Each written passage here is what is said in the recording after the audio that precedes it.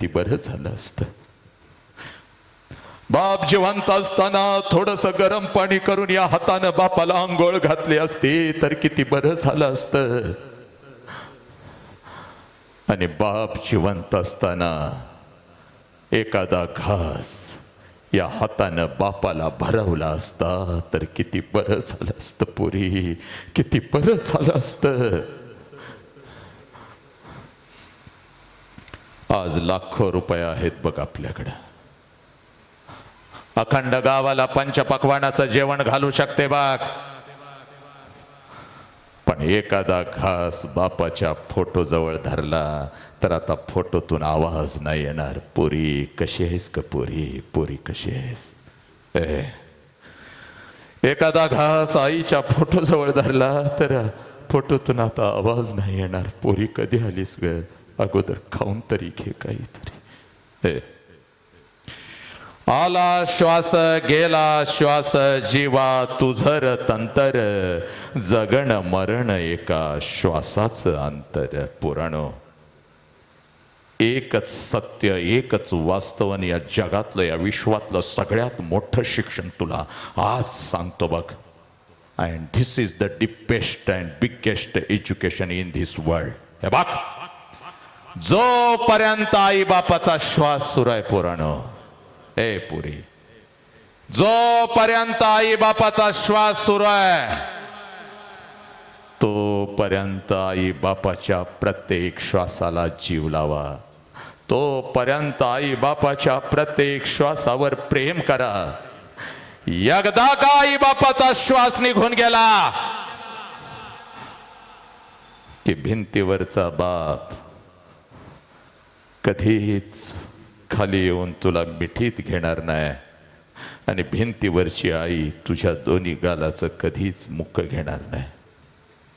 पोरी, उद्या डॉक्टर होशील, उद्या इंजिनियर होशील, उद्या वकील होशील, उद्या लाखो आणि करोडो रुपये कमावशील आणि ते लाखो आणि करोडो रुपये त्या तिरुपतीच्या चरणावर जरी नालायका ओतलेस आणि ते लाखो आणि करोडो रुपये त्या शिर्डी साईबाबाच्या चरणावर जरी ओतलेस तर तो शिर्डीचा साईबाबा आणि तो तिरुपती तुझा गेलेला बाप तुला परत नाही आणून देऊ शकणार पोरा. म्हणून तुझ्या आयुष्यामध्ये तुझा एकच देव आहे, ज्या देवाचं नाव बाप आहे पोरा. आणि तुझ्या आयुष्यामध्ये तुझी एकच देवी आहे, ज्या देवीचं नाव आई आहे पोरा, ज्या देवीचं नाव आई आहे पोरा. बस हा बाप आणि ही आई, हा बाप आणि ही आई पोरा तुला कळाली का. ए पोरा, हीच बाप आहे, हीच आई आणि हा बाप तुझ्या काळजामध्ये आज पेरतोय बघ. लक्षात घे, जगातलं सगळ्यात मोठं हे शिक्षण आहे. पण नाही पोरानो, नाही. हे आम्हाला सगळं काही कळालं, हे बघ आम्हाला सगळं कळालं, पण आम्हाला घरातला देव मात्र नाही कळाला. आम्हाला कुठल्या क्रिकेट टीमनं किती रना काढल्या हे कळालं, कोणी किती करोडो रुपये घेतले हे कळालं,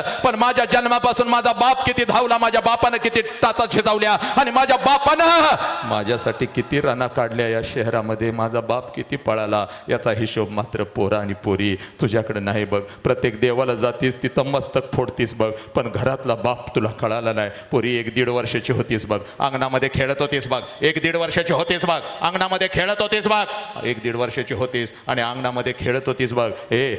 ठेच लागली बघ, अंगठ्यातून रक्त आलं बघ. हे बघ खाली पडलीस बघ, जोरात जोरात हंबरडा फोडलास बघ. देवळातला देव नाही ग पळत आला, घरातला बाप पळत आला पोरी. तुला उचलून घेतलं पोरी आणि धावत धावत डॉक्टरकडे घेऊन गेला पोरी.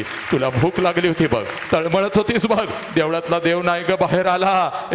खिशातनं एखादा वडापाव घेऊन बाप पळत आला ग. पहिला तुला सगळा वडापाव चारला आणि जमिनीवर पडलेलं 2-3 तुकडं घेऊन स्वतःच्या तोंडामध्ये घातलं ग.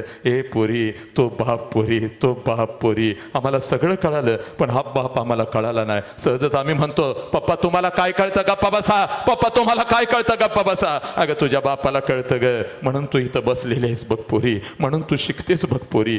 पोरी लक्षात घे, हा बाप आणि ही आई आम्हाला नाही कळाली. एका वृद्धाश्रमामध्ये गेलो, माऊली रडत बसले, 500ची नोट काढून हातावर ठेवली. आई रडू नकोस, काय पाहिजे मला सांग, मी आणून देतो. त्यावेळेला ती माऊली म्हणते, बाळा ए ती भाषणं सांगतोस तूच का रे? म्हणलं होय आई. तू कसं ओळखलंस? अरे इथं दाखवत्यात आम्हाला टीव्हीत तुझी भाषणं. लय चांगलं बोलतोयस. तुझ्या मागं लय तरणी पोरं पळतात, लय गर्दी करतात. माझं एक काम करशील का? मला नको तुझं 500 रुपये. या आई 500 रुपये पण ठेव, 500 रुपये पण ठेव.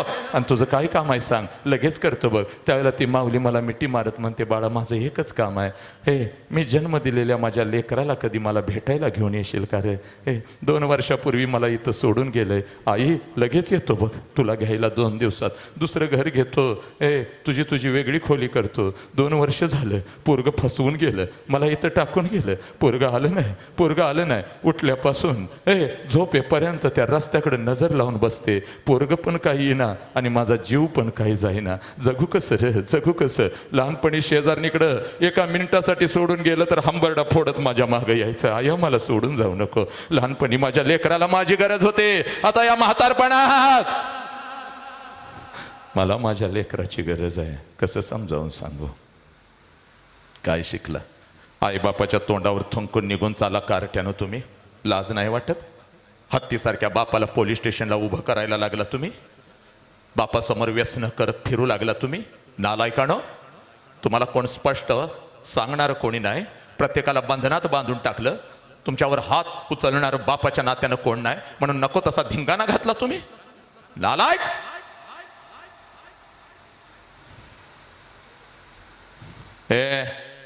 तुझं मनोरंजन करायला आणि तुला हसवायला नाही आलो बाग. हरवलेला बाप आणि हरवलेली आई आज घरी घेऊन जायचंय. हातामध्ये मोबाईल आहे ना नालायक तुझ्या? मोबाईल. मैत्रिणींना SMS करताना मोबाईल. त्या मोबाईल साठी आईला धमकी देतेस तू. मला जर मोबाईल नाही घेऊन दिला तर मम्मी मी अभ्यास करणार नाही बाग. मी काहीतरी जीवाचं बरं वाईट करून घेईन बाग. मी घर सोडून निघून जाईन बाग. मी मरून जाईन बाग. पायाखालची जमीन हलती त्या माऊलीची. हातातोंडाला आलेली पोरगी कुठे गेली तर काय करायचं? हातातोंडाला आलेल्या पोरानं आत्महत्या केली तर काय करायचं? आई तर कापते आणि रात्री तुझा बाप बाहेरून येतो बाग. घास खायला बसतो. एक घास मुखामध्ये घालतो, एकदाच चावतो, दुसरा घास हातात. आणि तुझी आई म्हणते, अहो ऐकलं का? पोरगीला मोबाईल घेऊन दिला पाहिजे हो. तोंडातला घास बाहेर काढता येत नाही म्हणून बाप कसा तर गिळतो. हातातला घास ताटातच टाकतो. भरलेल्या ताटावरून तुझा बाप उठतो. अहो जेवण तर करा. गप ग. पोरगीच्या शिक्षणाचं अगोदर मला काहीतरी बघू दे. माझं काही जेवण कधी पण होईल. भरलेल्या ताटावरून तुझा बाप उठतो. कुठल्या तरी एका मित्राकडे जातो आणि मित्राला म्हणतो, माझ्याकडे एक 10,000 रुपये आहेत. एक 10,000ची गरज आहे. पोरगीला मोबाईल घेऊन द्यायचा आहे. देशील का रे? पुढच्या महिन्यात तुला पैसे परत करतो. पोरी, दुसऱ्या दिवशी तुझ्या हातात जो मोबाईल असतो ना ग, त्या मोबाईलसाठी तुझा बाप भिकाऱ्यासारखा झुकलाय त्याच्या मित्राकडे. पण त्या मोबाईलच्या स्क्रीनवर कुठल्या तर नालायक हिरोईनचा जे हिरो हिरोईन तुम्हाला रमी खेळा म्हणून सांगतात, त्यांचे फोटो तू ठेवतेस. पण तुझ्यासाठी झिजलेला भिकाऱ्यासारखा तुझा बाप झुकलेला, त्या बापाचा फोटो मात्र तुमच्या स्क्रीनवरती नसतो. आई बापाला धमक्या काय देता? आत्महत्या काय करता? हे आत्महत्या करण्याचं वय आहे काय? घर सोडून निघून जाण्याचं वय आहे? यासाठी का स्वातंत्र्य दिलं तुम्हाला? ऐक, जास्त वेळ घेत नाही बघ तुझ्या आयुष्याचा. पोरी, तुला रणरागिणी म्हणतोय मी, तुला वाघीण म्हणतोय मी. कुठलाही तुझं वैयक्तिक स्वातंत्र्य आम्हाला हिरावून घ्यायचं नाही. तुला मिळालेलं स्वातंत्र्य अबाधितच राहिलं पाहिजे. पण या शिकण्याच्या वयामध्ये जर कोण तर हरामखोर तुझ्या आयुष्याचं तुझ्या आयुष्याला आग लावत असेल आणि तुझं आयुष्य उद्ध्वस्त करत असेल तर पोरी, तुला बाप समजावून सांगणं, तुला राष्ट्र समजावून सांगणं काळाची गरज आहे बघ. नालायकानं नीट ऐकून घ्यायचं. जास्त शहाणपणा झाला तुमचा. ऐक, हात जोडून सांगतो, फक्त 10 मिनिटं तुझ्या आयुष्याची. हे बघ ऐक, सगळं जग तुम्ही मुठीमध्ये घेतलं या 21व्या शतकामध्ये. सगळं जग तुझ्या हातामध्ये. फेसबुक आलं तुझ्या हातामध्ये, इंस्टाग्राम आलं, सोशल मीडिया तुझ्या हातामध्ये आला. अमेरिकेमध्ये काय चाललंय तुला इथं बसून कळतं बघ. मुंबईमध्ये काय चाललंय तुला इथं बसून कळतं बघ. तुझा मित्र मैत्रीण दूर आहे तुझ्यापासून, कोसो दूर आहे, लगेच व्हिडिओ कॉल करता तुम्ही, लगेच व्हिडिओ कॉल करता एका फुटाच्या अंतरावरती मित्र मैत्रिणींशी तासन तास गप्पा मारता. सगळं जग तुम्ही या विज्ञान युगामध्ये मुठीमध्ये घेतलं. घेणं काळाची गरज आहे. पण ऐक पोरे, सगळं जग तू मुठीत घेतलंस, पण काल रात्री माझ्या आईला 102 ताप आला होता. आणि तो 102 ताप अंगावर काढत माझ्या आईनं मला शाळेसाठी आणि कॉलेजसाठी डबा करून दिला. ही आई मात्र पोरीनं तुम्ही विसरत चालला. ही आई मात्र तुम्ही विसरत चालला. 102 ताप अंगावर मध्ये असतो बघ, तरी सुद्धा ती माऊली उठते. कारण मी जर माझ्या लेकीला डबा करून नाही दिला तर दिवसभर माझं लेकरू दुसऱ्याच्या डब्याकडे बघत बसल, नाहीतर बाहेरचं रस्त्यावरचं उघडं काहीतरी खाईल. म्हणून ती माऊली 102 ताप अंगावर झेलत सकाळी उठून तुला डबा करून देते. ती आई मात्र तुम्ही विसरत चालला. काल रात्रभर माझ्या बापाची कंबर दुखत होते. काल रात्रभर माझा बाप अंथरुणावरती तळमळत होता. काल रात्रभर माझा बाप झोपला नाही, तरी सुद्धा सकाळी उठून माझा बाप आमच्यासाठी कामाला गेला. हा बाप मात्र पोरीनं तुम्ही विसरत चालला. हा बाप मात्र पोरीनं तुम्ही विसरत चालला. सगळं जग तुम्ही मुठीमध्ये घेतलं, पण ज्या आई बापानं आम्हाला जन्म दिला तो आई बाप मात्र तुम्ही विसरत चालला. ए पोरी, आज सांगतोय बघ या विचार मंचावरून, आणि तेवढंच करायचं. हा 1 तास बदलच झाला पाहिजे तुझ्यामध्ये. हे बघ पोरानो, हात जोडून सांगतो रा, ऐक. 10वीला आहेस, 12वीला आहेस, 2 मार्क्स कमी पडले तर चालतील, 12वीला नापास झालीस तरी चालेल. सर काय सांगताय? इथं आम्हाला सांगतात की 100 पैकी 100 मार्क्स पडले पाहिजे, तर तुम्ही सांगता नापास झालास तरी. होय पोरा, नापास झालास तरी चालेल पोरा. ए पोरे, झालीस नापास, पळत पळत जा बापासमोर उभी राहा आणि बापाला सांग, पप्पा माझा विषय गेला, पप्पा खूप अभ्यास केला होता पण माझा विषय गेला पप्पा, मी नापास झाली पप्पा, 1 वर्ष गेलं माझं. क्षणासाठी बापाला वाईट वाटेल, पण दुसऱ्या क्षणाला तुझ्या डोळ्यातलं पाणी पुसत तुझा बाप तुला म्हणाल, पोरी गेलं वर्ष तर जाऊ दे, परत अभ्यास कर, परत परीक्षेला बस, अजून एखादा गुंठा विकावा लागला तर चालेल, कर्ज काढावं लागलं तर चालेल, पण तुला शिकवल्याशिवाय मी शांत बसणार नाही पोरी. तुला तुझ्या पायावर उभं केल्याशिवाय हा बाप शांत बसणार नाही. बघ पोरी, तुझा बाप असंच तुला म्हणाल. आणि म्हणून पोरी तुला सांगतोय बघ, हे बघ पोरी, हे बघ, एक वेळ 10वीला 2 मार्क्स कमी पडले तर चालतील, एक वेळ 12वीला नापास झालीस तरी चालेल. पोरा तुला नाही डॉक्टर होता आलं तरी चालेल, तुला नाही इंजिनियर होता आलं तरी चालेल. हे बघ, अगदी माझ्या गावच्या भाषेमध्ये सांगतो, आयुष्यभर बापाच्या जीवावर बसून खावं लागलं तरी चालेल, 72 पोरा. पण पोरी,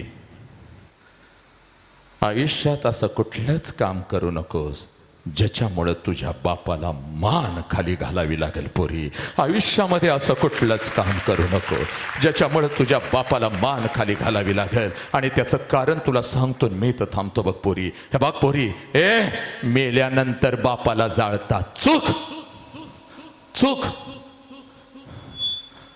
मेल्यानंतर बापाला जाळत नाहीत रे. मेल्यानंतर बापाला जाळतात, मेल्यानंतर बापाला जाळत नाहीत. पोरानो, मेल्यानंतर त्याचं फक्त आणि फक्त निर्जीव शरीर जाळतात. मेल्यानंतर त्याचं फक्त आणि फक्त निर्जीव शरीर जाळतात. पण पोरीनो, जर तुमच्यामुळं तुमच्या बापाला मान खाली घालावी लागली तर जिवंतपणी रोज बापाची चिता घरात जळत असते, रोज बाप मरत असतो आणि रोज त्या चितेला आपण अग्नी देत असतो पोरीनं. आणि एक लक्षात ठेवायचं, जिवंतपणीचं मरण लय वाईट आहे पोरी, लय वाईट आहे, लय वाईट आहे. ऐक, औषध पण देणार, तेवढं करायचं. आज या शेलूच्या नगरीमध्ये साहेब मला घेऊन आले ना, माझ्या मम्मी साहेबाचा 8 तास होता ना, आलोय बघ. तर आता आलोय तर ऐक, पळत पळत आज घरी जायचं बघ. आईला 2 प्रश्न विचारलेस, आता आईला कुठला प्रश्न विचारायचा नाही. पळत पळत घरी जायचं. आईला 2 प्रश्न विचारलेस, आता आईला कुठला प्रश्न विचारायचा नाही. ऐक, आता मात्र बापाकडे जायचं. आणि घरी गेल्या गेल्या नक्कीच बाप घरात नसेल पोरी. तुझा बाप कुठं तर आता रस्त्यावरून फिरत असेल. तुझा बाप कुठल्या तर ऑफिसमध्ये काम करत असेल. तुझा बाप कुठल्या तर शेतामध्ये हे बघ पिकांना पाणी पाजत असेल. तुझा बाप 100 किलोचा पोत खांद्यावर घेऊन कुठल्या तर ट्रक मध्ये टाकत असेल. तुझा बाप